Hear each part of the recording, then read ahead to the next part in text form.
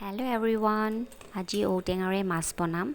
ঔটো সৰু সৰুকৈ কুটি লৈছোঁ। কুটি লৈ কুকাৰত বহাই দি 4-5টামান চিটি মাৰিম। 4-5টামান চিটি মৰাৰ পিছত এইটো পূৰা গলি যাব।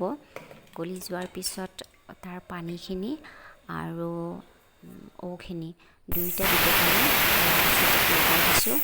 চিটি মাৰি আছে আৰু এয়া মাছখিনি ভালদৰে ধুই লৈছোঁ। ধুই লৈ ইয়াতে হালধি আৰু নিমখ দি সানি লৈছোঁ।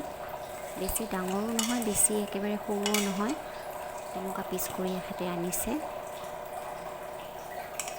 ইমান গৰম পৰিছে নহয়, মানে কি ক'ব আৰু, ইমান গৰমত মানে থাকিব নোৱাৰা হৈ গৈছোঁ। আৰু ইফালে আজি বৰষুণো দিছে, খুব ভাল লাগিছে।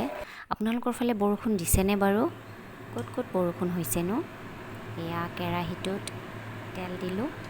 তেল দি ইফালে কিন্তু কেমেৰাত বহুত কম দেখি, কিন্তু বহুতখিনি তেল দিছোঁ। মানে তেলৰ প্ৰতি অলপ মোৰ এলাৰ্জি, মানে তেল বেছি নাখাওঁ যে, সেইকাৰণে খাবই লাগিব, কিছুমান বস্তুত বনালে দিবই লাগিব, তেনেকুৱা হয়। এয়া মাছ মই 6-7 পিচ দিলোঁ।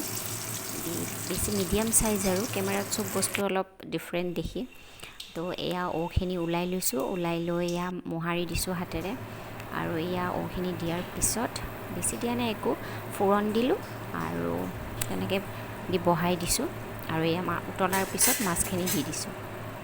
আৰু এই খাবলৈ ইমান টেষ্টি হৈছে এই গৰমত, মানে একদম হেঁপাহ পলাই গৈছে আৰু।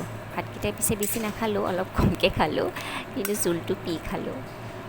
আৰু খাই খুবেই বেছি ভাল লাগিছে। আপোনালোকেও বনাই বনাই খাইছেনে? কি ৰেচিপি খাইছেনো?